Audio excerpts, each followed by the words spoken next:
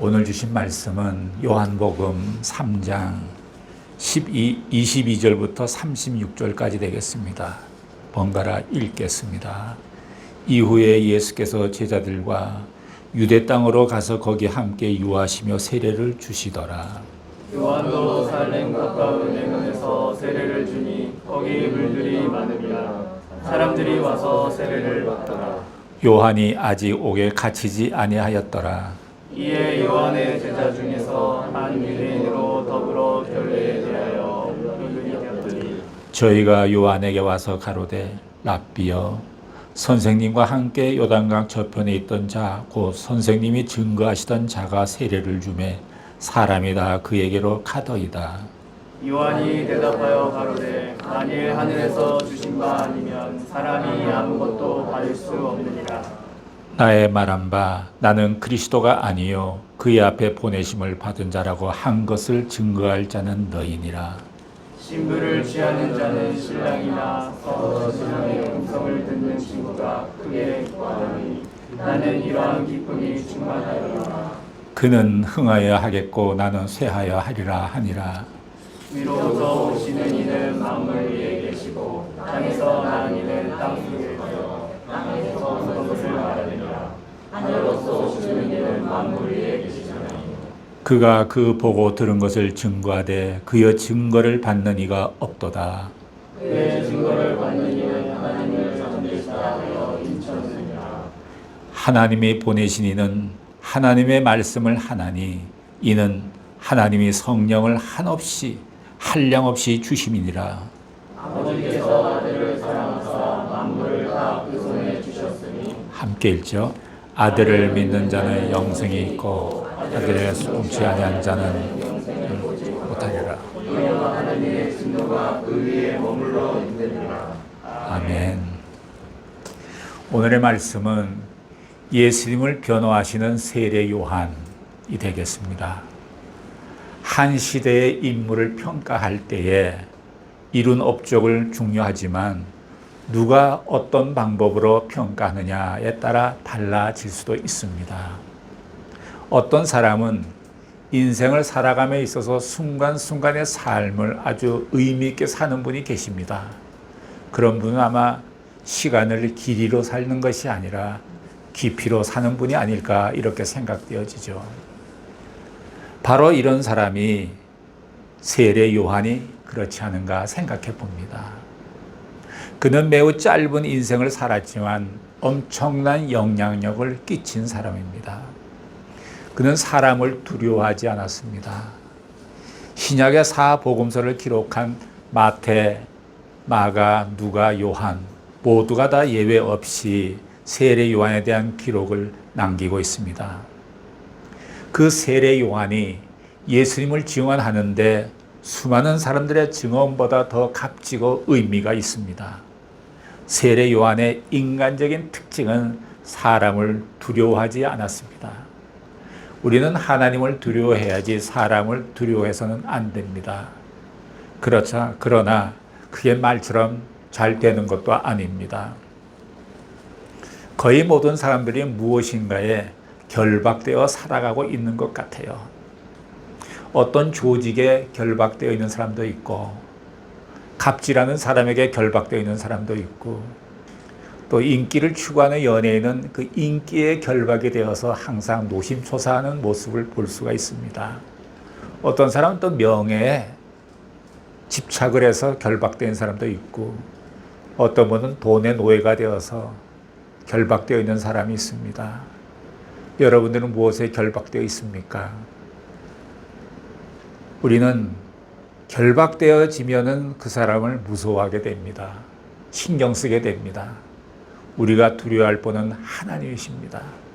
더 나아가서 하나님을 두려워하고 경외하는 것도 좋지만 하나님을 사랑하게 되면 두려움도 사라지게 됩니다. 세례 요한은 자신에 대한 세상 사람들의 비판이나 평가를 두려워하지 않았습니다. 하나님께서 자신에게 주신 믿음대로 살던 사람입니다. 그는 세상의 인기나 유명세에 연연하지도 않았고 진리를 위해서 자기 생명을 바친 사람입니다. 그는 죽음도 초월한 사람입니다. 그래서 당시 그는 헤롯 왕에게 일찍이 죽음을 당했던 것입니다. 세례 요한의 인생관 가치관은 한마디로 말하면 예수님께 올인한 그러한 사람이다라고 규정할 수가 있습니다. 요새 우리말로 말하면 예수님께 미쳤다 이렇게 표현을 하지 않습니까? 그래서 예수님도 세례 요한에 대해서 이렇게 평가를 하셨습니다. 마태복음 11장 11절에 보면 한번 자막을 보고 읽죠. 시작. 내가 진실로 너에게 말하노니 여자가 낳은 자 중에 세례 요한보다 큰 이가 일어남이 없도다. 그러나 천국에서는 극히 작은 자라도 저보다 크니라. 참 예수님께서 말씀하시는 것도 세상 모든 사람보다 세례 요한이 제일 크다 이렇게 표현하지 않고 여자가 낳은 자 중에 뭐 이런 표현을 쓰셨어요. 그래서 왜 이런 표현을 쓰셨을까도 생각도 좀 해봤습니다. 사실 예수님께서 세례 요한보다 더 큰 자가 아닙니까? 예수님은 세례 요한을 큰 자라고 표현한 것은 여자가 낳을 때 세례 요한이 낳을 때를 기준해서 그때까지는 그보다 큰 자가 없다라는 뜻이 될 것 같아요. 또 한편 그의 어머니 엘리사벳이 세례 요한을 잉태하고 임신했을 때에 태아였던 그 세례 요한이 어머니 뱃속에서부터 성령 충만했다라는 표현이 성경에 나옵니다. 뱃속에서부터 성령 충만한 아이였다라니까 정말 큰 자는 큰 자인가 봐요. 근데 마지막 말이 좀 재밌지 않습니까? 그러나 천국에서는 지극히 작은 자라도 저보다 크니라. 가만히 생각을 해보니까 우리가 예수를 믿게 되면 구원받게 되고 그 다음에 남은 것은 우리가 아름답게 변화되어 가는 것이 아니겠어요? 그걸 우리는 성화라고 그러죠. 성화. 그러니까 이 세례 요한은 성화에 아마 극치에 가까운 사람이 아니었을까 이렇게 봐요. 근데 천국에 있는 지극히 작은 자가 그보다 더 크다 그랬어요. 가만히 생각해 보니까 천국에 있는 사람들은 성화된 사람이라기보다는 영화된 사람이에요. 영화로운 사람들이에요. 천국에 있는 사람들은. 우리는 이 땅에 살면서 성화를 향해서 가지만 죽어서 천국 가게 되면 영화로 변한다는 것입니다. 영화로운 존재로. 따라서 천국에는 아무리 작은 자라도 그는 영화로운 존재이기 때문에 지상에 성화의 극치를 이룬 사람보다 더 크다 이런 얘기예요. 또 예수님 말씀을 통해서 보면 천국이 또 조금 더 비밀이 새는 것 같아요. 아, 천국엔 지극히 작은 자가 있구나. 그렇다면 천국엔 지극히 큰 자도 있지 않겠습니까?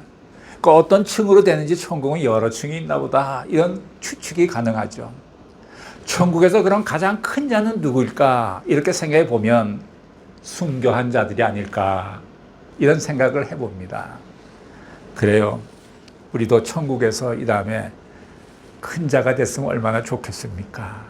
따라서 세상에서의 위대함은 천국의 관점에서 볼 때 별거 아니라는 것입니다. 세례 요한은 모든 인류를 대표해서 예수님께 대해서 고백하고 증거를 합니다. 22절과 23절을 보겠습니다. 시작. 이후에 예수께서 제자들과 유대 땅으로 가서 거기 함께 임하시며 세례를 주시더라. 요한도 살렘 가까운 에돔에서 세례를 주니 거기 물들이 많으니라. 사람들이 와서 세례를 받더라. 요한이 아직 옥에 갇히지 아니하였더라까지 될 거예요. 세례 요한이 이미 요단강에서 세례를 베푸고 있음에도 불구하고 많은 사람들이 예수님에게로 가서 세례를 받았습니다.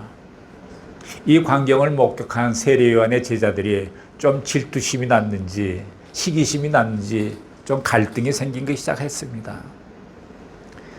세례는 자기 스승인 세례 요한만 세례를 주는 것으로 알았는데 예수님도 주고 있었기 때문입니다.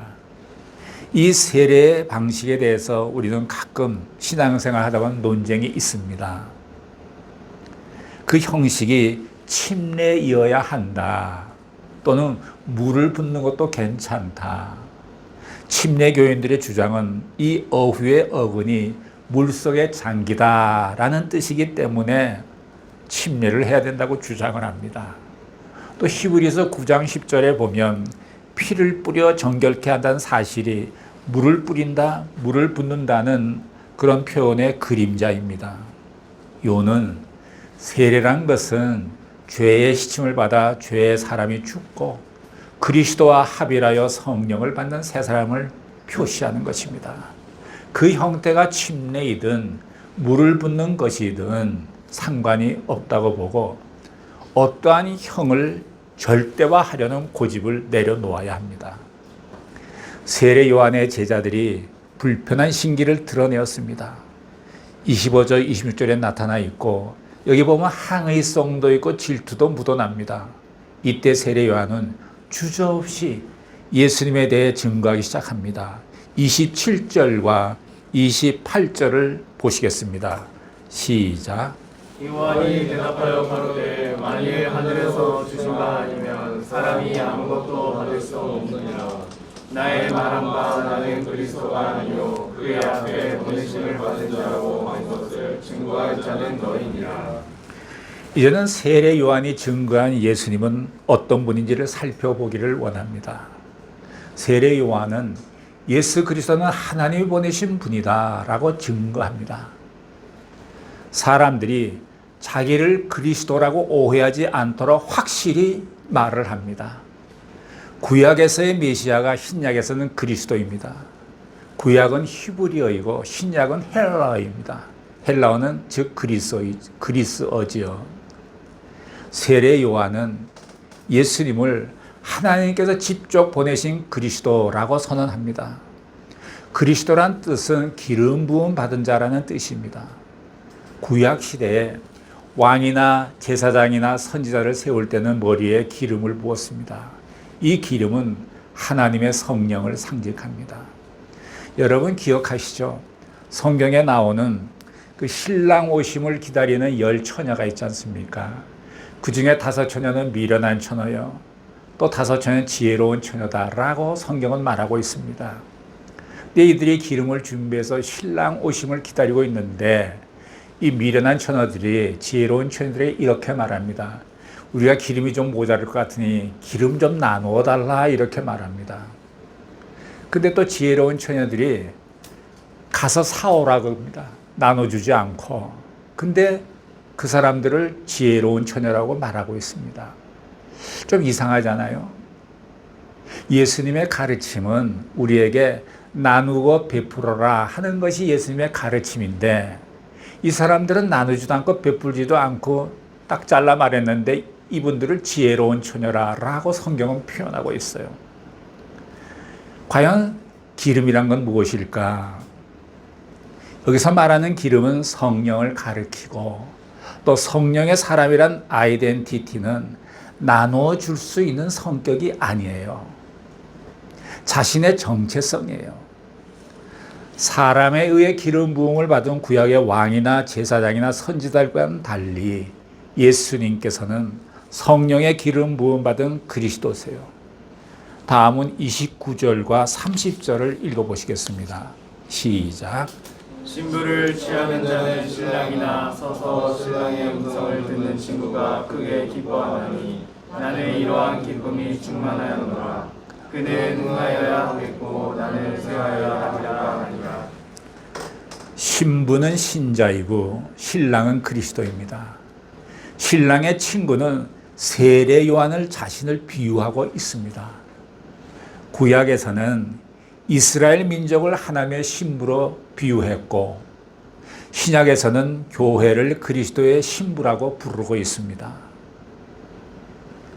유대의 랍비 문서에는 이스라엘 민족을 하나님 앞으로 인도한 모세를 신랑의 친구로 말하고 있습니다. 본문에서는 세례 요한을 신랑의 친구로 적용하고 있습니다. 그는 흥해야 하겠고 나는 쇠하야 하리라. 요한은 자기의 제자를 예수님께 보냄으로 말미암아 자기의 숫자는 줄고 예수님의 숫자는 증가시켰습니다. 한 개의 태양이 떠오르면 무별빛들은 좌치를 감춥니다. 참 그리스도가 오셨을 때 모든 불완전한 종교가들은 그 앞에서 쇠하고 좌치를 감추어야 합니다. 우리들도 각 분야에서 흥할 때가 있고 쇠할 때가 있습니다. 많은 사람이 쇠해야 할 때에 쇠하지 않으려고 발버둥 치는 거 보면 참 안쓰럽습니다. 사람은 물러난 때를 잘 알고 순응해야 합니다.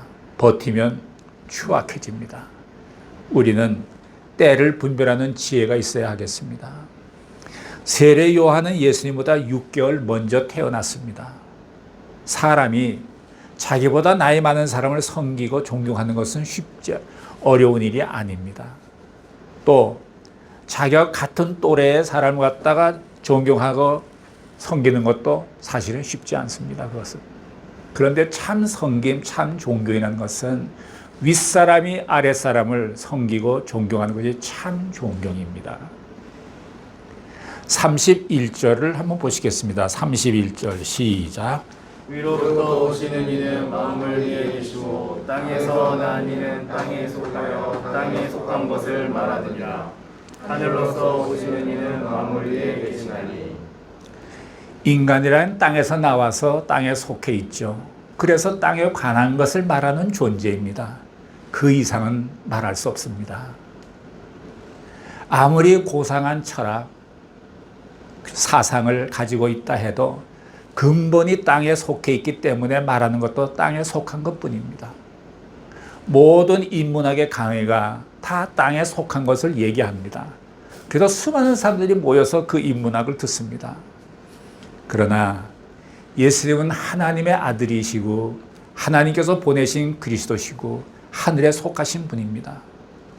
예수님은 우리와 같은 언어를 사용하지만 하늘에 속한 것을 말씀하시며 만물을 통치하고 다스리는 분이십니다. 세례 요한은 예수님이 하늘에서 보고 들은 것을 말씀하신 분이라고 증거를 합니다. 32절을 보면 함께 읽어볼까요? 시작. 그가 그 보고 들은 것을 증거하되 그의 증거를 받는 이가 없다. 예수님께서 인자로 세상에 오셔서 우리와 같은 감정으로 말씀하시는 것 같지만 근본은 다릅니다. 예수님께서 하늘에서 보고 들은 것을 말씀하시는데 바로 구원입니다. 따라서 예수님께서 이런 말씀을 자주 하셨죠. 나를 본 자는 아버지를 보았느니라. 나를 믿는 자는 하나님을 믿는 것이다. 우리는 예수님께서 하신 말씀에서 특별히 어려운 것은 없지만 그 말씀을 통해 이상한 것을 경험하게 됩니다. 그분의 말씀 안에 생명이 있고 구원이 있고 능력이 있기 때문입니다. 성경에는 다른 종교의 경전에 나와 있는 것과 비슷한 말들이 많이 있습니다. 그래서 어떤 사람들은 진리는 기독교에만 있는 것이 아니라 다른 종교에도 있다라고 주장합니다. 그러나 성경은 근본부터 다릅니다. 왜 다르냐 하면은 예수님께서 하늘에서 본 것, 들은 것을 세상에 와서 말씀하시기 때문에 다른 것입니다.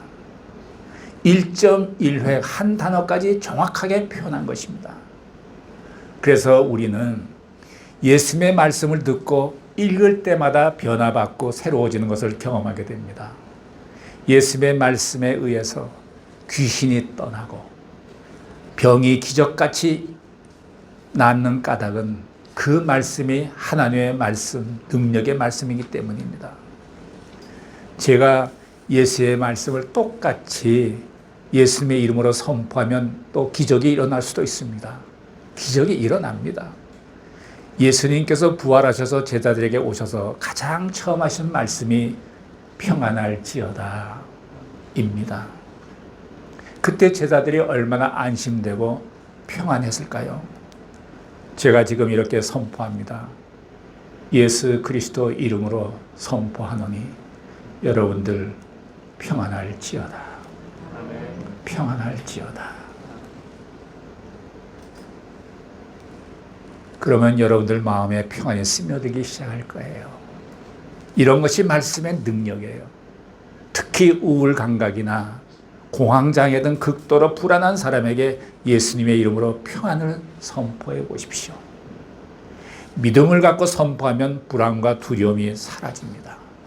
평안이 찾아옵니다. 말씀이 능력이에요. 저 자신에게도 가끔 이렇게 선포합니다. 불안이 있거나 하면은 얼른 예수 그리스도의 이름으로 명하노니 평안이 있을지어다 하면은 마음의 평안이 찾아오는 거예요. 자, 33절과 34절을 읽어보시겠습니다. 시작. 그의 증거를 받은 이는 하나님을 참되다 하여 잊혔느니라. 하나님의 보내신 이는 하나님의 말씀을 하나니 이는 하나님이 성령을 한량없이 주시니라. 세례 요한은 예수님을 하나님의 증거를 받으니 하나님이 보내신 분 이렇게 표현을 합니다. 하나님께서 한없이 성령을 부어주신 분이라고 말합니다. 구약에서는 선지자들에게 일시적으로 또는 한정적으로 성령을 부어주셨는데 예수님에게는 무한히 무제한으로 성령을 부어주셨습니다. 성령은 하나님의 영, 거룩한 영, 성결의 영, 하나님의 영, 예수의 영, 또 그리스도의 영으로 성경에서 표현하고 있습니다. 구약에서 성령이 가장 뚜렷하게 계시된 것은 예언의 수단으로 사용될 때입니다. 요셉의 꿈은 성령의 영감으로 된 것입니다. 바람의 힘처럼 성령은 이스라엘의 영웅들에게 특별한 힘을 주었습니다. 삼손에게도 엄청난 힘을 주지 않았습니까? 성령은 또한 인간의 지혜에 영감을 불어넣는 정신적이고 영적인 모든 은사의 출처가 됩니다. 예수 그리스도는 성령으로 잉태되셨고 예수님의 공생에는 세례 요한에게 세례를 받은 이후 성령 충만함을 받으신 때부터 시작이 되었습니다. 예수님은 성령의 능력과 권능에 이끌린 삶이었습니다. 예수님의 공생애를 주관하신 성령은 십자가에서 죽으시고 무덤에 묻히신 예수님을 다시 살리심으로 예수님의 공생애를 완성하셨습니다. 세상은 이성주의자, 경험주의자, 과학만능주의자들은 예수님의 기적의 비밀을 이해할 수가 없습니다. 예수님께서 기적을 행하신 것은 성령의 능력을 힘입은 것입니다. 우리가 예수님을 체험한다는 것은 성령님을 체험하는 것입니다. 성령님이 나를 도와주셔서 예수님이 체험되는 것입니다. 성령님은 내 손에 잡히지 않고 내 눈에 보이지 않고 그렇지만 내 마음속으로 말씀해 주십니다. 항상 느낄 수 있는 분이십니다. 그분 특히 나를 변화시켜 주시는 분입니다. 내가 내 안에 있는 예수님의 생명을 닮아갈 수 있도록 역사해 주십니다. 말씀이 내 안에 있으면 그 말씀에 비추어서 나를 변화시키는 분은 성령님이십니다. 따라서 말씀과 성령이 함께 나를 변화시켜 주시는 거예요. 그 성령께서 내 영을 또 타치해 주시죠. 에베소서 4장 28절에 보면 이런 말씀이 있는데 자막이 있으면 한번 읽어보실까요? 시작. 도적질하는 자는 다시 도적질하지 말고 돌이켜 빈궁한 자에게 구제할 것이 있기에 제 손으로 수고하여 선한 일을 하라. 예를 들어서 방금 읽은 이 말씀이 내 안에 들어와 있다 이겁니다. 그러면 내가 도둑질하지 않는 사람으로 성령님이 나를 변화시켜 주시는 거예요. 제가 이것을 묵상하면서 나는 뭐 도둑질한 게 없어 이렇게 생각을 했었어요. 근데 성령님이 가르쳐 주시더라고요. 너 도둑질한 게 있다 이거예요. 그래서 제가 갈등을 해서 내가 뭘 도둑질했는가. 성령님이 말씀하시는 것은 물건을 훔친 것만 도적이 아니라 만약에 너 때문에 누군가 감정이 좀 상했다면 그 사람의 좋은 감정은 네가 훔친 게 아니겠니? 그러더라고요. 누구하고 약속을 해서 시간을 지키지 않고 한 10분 정도 늦게 갔다 하면 그 사람의 시간 10분을 네가 훔친 거지. 그러니까 제가 몸둘 바를 모르겠더라고요. 그리고 또 한 가지 말씀해 주시는데 너는 기도 제목의 도둑놈이다 이렇게 또 말씀하시더라고요. 이건 또 무슨 말씀이신가? 좀 잘 모르겠더라고요. 그게 무슨 말씀이십니까? 했더니 제가 그때 우리 아들이 고3 때인데 고3이니까 얼마나 열심히 기도하겠습니까? 하나님, 우리 아들에게 건강과 지혜를 주시고 학문에 능통케 주셔서 대학에 무사히 합격해달라고 이런 기도를 많이 하죠, 이제. 기도하고 나면 마음이 평안해져요. 또 하루쯤 지나면은 또 근심이 서럭서럭 들어와요. 우리 아들 때문에. 그러면 또 기도하지 않습니까? 그러니까 내가 하나님께 기도를 해서 하나님께 기도를 맡겼는데 하나님께 맡긴 기도 제목을 내가 다시 훔쳐와서 내가 걱정을 하는 거예요. 아, 그렇구나. 내가 얼마나 많은 기도 제목에 도둑놈이 됐는가 이런 생각을 해봤어요. 그래서 이 에베소서 4장 28절이 내 안에 있고 성령이 나를 역사해 주시니까 그 다음부터는 사람들의 감정을 상하지 않게 하려고 굉장히 내가 애를 쓰더라고요. 그게 변해가는 거죠. 또 시간을 지키는 것도 보통 약속하면 한 10분 전에는 제가 가려고 노력을 해요. 그 사람의 시간을 훔치지 않으려고. 그러니까 우리는 이렇게 눈에 보이는 것만 훔치는 것이 아니라 눈에 보이지 않는 것들도 우리가 많이 훔치고 있다라는 거예요. 그걸 성령님께서 나에게 가르쳐주는 거예요. 그래서 제가 최선의 삶을 살려고 그러고 예수님께서 십자가에서 다 이루었다 선포하신 그 선포 아래 내 인생의 삶이 존재한다라고 생각하면서 살려는 것이죠. 이렇게 내 안에 말씀이 있으면 또 이런 게 있어요. 로마서 12장 14절에 보면 너희는 핍박하는 자를 축복하라. 저주하지 말고 축복하라. 이 말씀이 탁 들어오니까 그 다음에 성령님이 나를 역사하는 거예요. 어쩌다 보면 좀 마음에 안 들고 나에게 어려움 끼치고 해를 끼치는 분이 계실 수가 있어요. 험담하는 분도 있을 거예요. 그러면 그분을 집중적으로 축복을 하는 거예요. 집중적으로 축복하는 거예요. 축복하면 성령님이 역사하시죠. 그러니까 내가 그 사람 때문에 상처를 받지 않게 되더라고요. 그게 놀라운 역사더라고요. 그래서 우리가 말씀이 내 안에 있고 성령님이 나를 도우시면 말씀과 같이 되어가도록 나를 변화시켜 주시는 분은 성령님이십니다. 그래서 여러분들 성령의 도우심을 늘 구하시도록 하세요. 예. 그 성령님이 이렇게 변화시켜 주시면서 내 영을 다스려 주시고 성령과 내 영이 하나가 되어서 내 인격을 다스려 주시고 또 그 인격이 내 몸을 다스리니까 내 몸이 바르게 설 수가 있는 것이죠. 주의 지팡이와 막대기가 나를 안위하시나이다. 시편 23편에 나오지 않습니까? 그 지팡이의 역할, 막대기의 역할을 성령께서 해주십니다. 그 지팡이는 나의 앞길 갈 길을 인도해 주시고 가다 보면 또 악인들이 이렇게 접근을 합니다. 그거는 주의 막대기가 또 막아주십니다. 그래서 지팡이와 막대기가 나를 안위하시나이다. 이것이 얼마나 크게 위로가 되는지 모르겠어요. 이런 역할을 성령께서 해주십니다. 이런 일들을 경험하며 살아왔고 또 새롭게 경험하며 평생을 살아갈 거예요. 그래서 성령님이 계셔서 너무 안심돼요. 자, 35절을 보시기 바랍니다. 35절 시작. 아버지께서 아들을 사랑하사 만물을 다 그 손에 주셨으니 하나님께서 하늘과 땅의 모든 권세를 예수님 한 분에게 주셨습니다. 세례 요한은 예수님이 믿는 자들에게 영생을 주시는 분이라고 증거합니다. 자, 마지막으로 36절을 보시겠습니다. 36절 시작. 아들을 믿는 자는 영생이 있고 아들을 순종치 아니하는 자는 영생을 못 주지 못하고 이며 하나님의 진노가 그 위에 머물러 있느니라.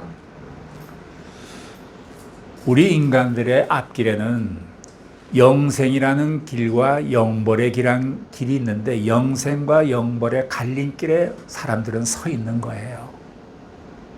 지금 세상은 지옥과 다를 바가 없이 심판받고 있는지도 모릅니다. 성경에 하나님의 진노를 쌓고 있다는 기록이 있습니다. 여러분, 구름이 두껍게 모이면 폭우가 쏟아지듯이 인간이 행하는 잔인함과 악행이 쌓여서 어느 정도 무게가 되면 하나님의 진노가 떨어지게 되어 있습니다. 그 임계점에 다다랐어요. 성경은 세례 요한이 증거한 예수 그리스도를 믿고 받아들이는 사람은 하나님을 알게 되고 거듭남의 역사가 나타나고 심판이 임하지 않는다고 말씀을 하십니다. 우리 모두 예수님을 마음으로 믿고 입으로 신하여 구원받고 하나님의 자녀가 됐고 영생을 얻고 하늘나라의 생명책에 이름이 기록되는 놀라운 축복이 있기를 예수님의 이름으로 축복합니다. 기도하시겠습니다. 하나님 아버지, 우리들에게 예수를 믿도록 허락해 주시고 믿음을 선물로 주셔서 구원해 주시고 하나님 나라 백성으로 살아가게 해주셔서 너무나 감사합니다. 하나님께 기쁨을 드리는, 영광을 올려드리는 우리 모두가 되게 하여 주시옵소서. 예수님의 이름으로 기도드렸습니다. 아멘.